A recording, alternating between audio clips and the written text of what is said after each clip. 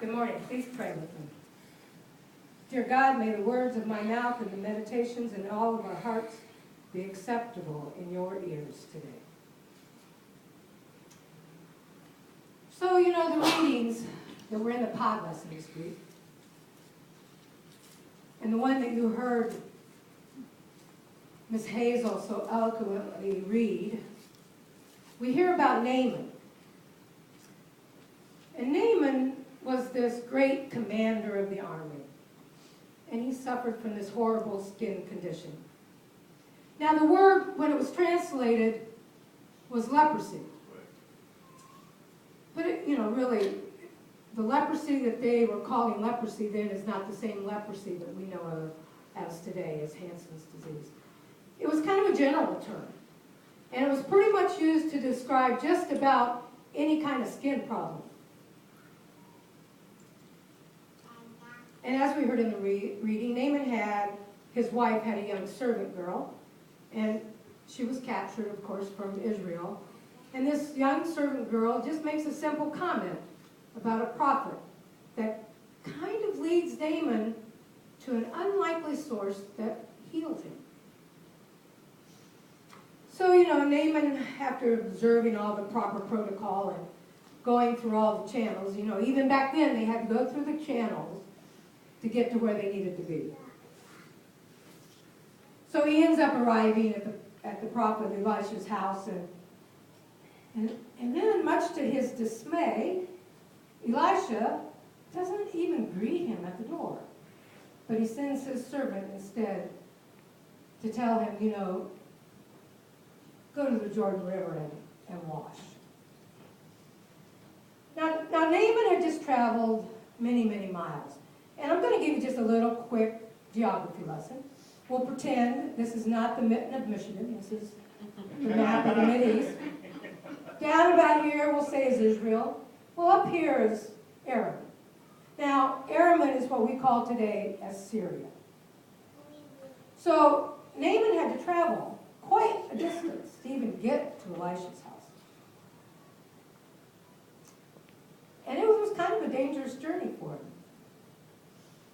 Because Aram,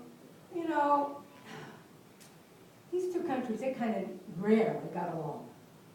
Now, they rarely got along, but in this time period right then, there had kind of been an uneasy peace for a while, which was a good thing. But it was still dangerous. Now, it was dangerous because Aram just couldn't keep their fingers out of the pie. They had these little raiding parties, and they'd go into Israel, they'd grab some new servants, and then they'd sneak back into Aram. So it was dangerous.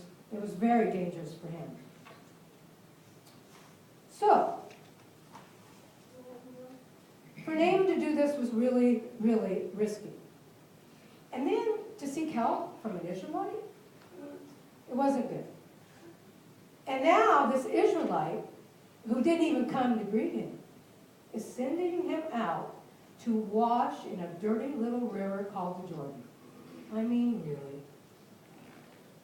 For him, this entailed another really long journey. And to say this kind of made him angry is probably an understatement. I think as the commander of the army, and as we read in the reading, he expected more. He expected respect, and he didn't get it. So, the servants, his servants, all these people who had traveled with him, it wasn't just Naaman and his chariots and the gold and silver. He had brought a whole bunch of folks with him. And his servants step in and say, maybe you really should go try this. And he did. So he traveled to the Jordan. And on the 7th immersion, when he come up out of that water, he was healed. And this is kind of where my part of the story ends, even though the rest is pretty interesting. But there's two things that really stood out for me in the first part of the story. The first one is that Naaman had faith. He had faith enough to believe that he could be healed. So there had to have been some relationship there with a God. But the second thing that really, really stood out for me was that the servant that got him to Israel and the servants that got him to go to the Jordan was kind of remarkable. And I really don't believe that that was a coincidence.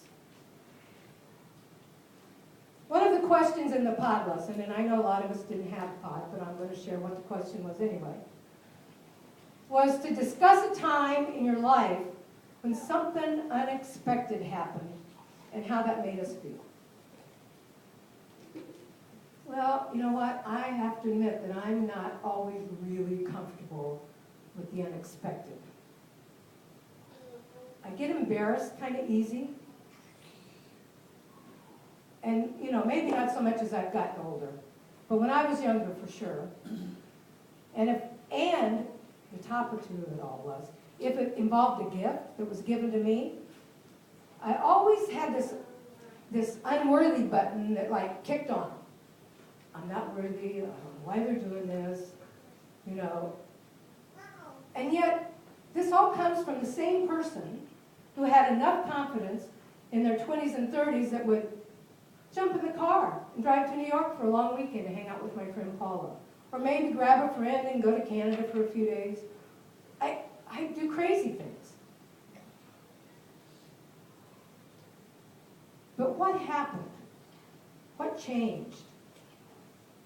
I often wonder what happened to take away that innocence, that kind of belief of my youth that I could look at all the possibilities and see countless opportunities. Now, I refuse to believe it's about getting old, and I'm not going to play the old age card, okay? I could, but I think sometimes it's about looking at your glass being half empty or half full. And there was a period in my life, the glass was definitely half empty. And with that half emptiness, for me, came a loss of innocence. There came a loss of belief in all things are possible. And I believe that even then God was speaking to me. I remember in the 70s, I attended a Greek Orthodox Catholic church of all things in Indianapolis when I was living there. And all I could sit and do was cry during the service. And God was trying to talk to me even then. And I didn't listen. And for many years, many years, I didn't listen. So why do you think we have that resistance to listening? Ruth was talking about listening in one of her sermons. I think because it scares us. I think the thought of going into uncharted territory is so alien to us sometimes that we think if we ignore it, it'll go away. But you know what? God's kind of funny about things like that. God just never lets up. So, the journeys we take in our lives sometimes take us a very circular route. Before we know it, sometimes we end up right back where we belong. Huh, Barb? And other times, we end up in a place where we never imagined our lives were possible. So, for me, many years passed. Relationships came and went. Life kind of had its way with me. And then I met Mary. She was with me in 95 when my father passed, and then again in 2004 when my mother left. And you know what? Meeting her for me, and I hope meeting me for her, it wasn't a coincidence.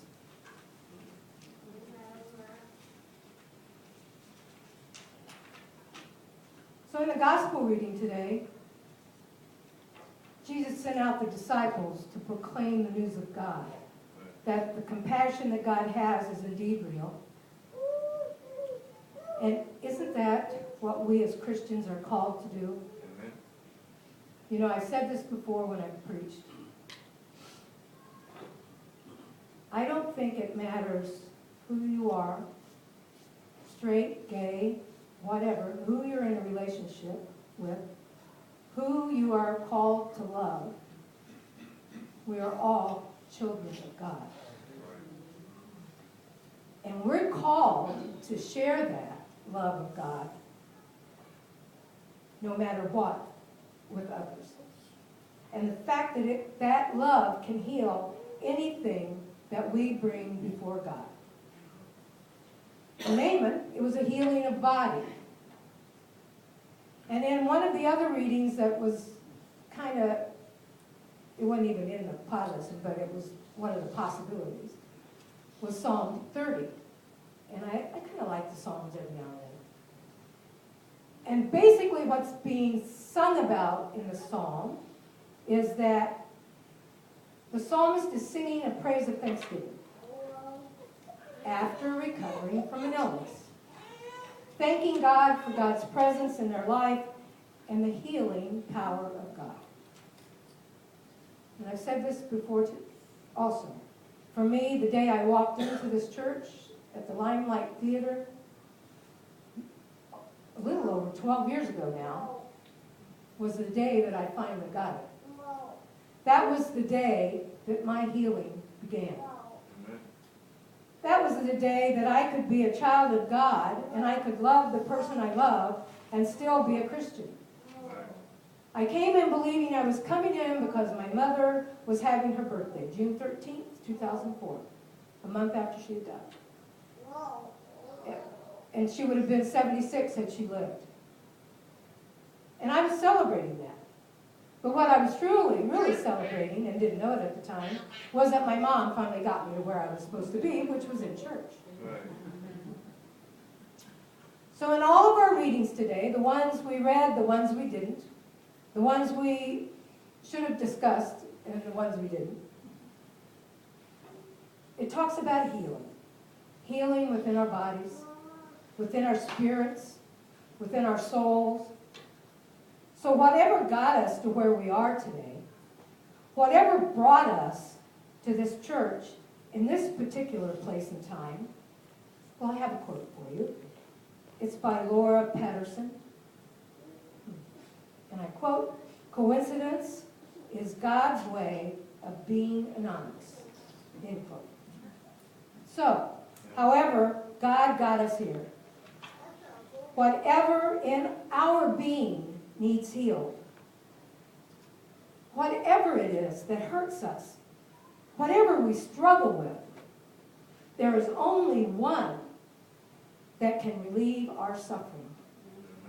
We have a God that is at our disposal 24/7, that can heal if we only reach out. After all, there really are no coincidences. Amen? Amen. Please pray with me. Dear loving God, we thank you, we sing your praises, and thank you for the healing that happens with each of us. We thank you for the ability to come to you and to lay our burdens before you, and to know that when we walk away lighter, it is because you have taken those burdens upon yourself and relieved us of the things that bring a heaviness to our soul. Amen.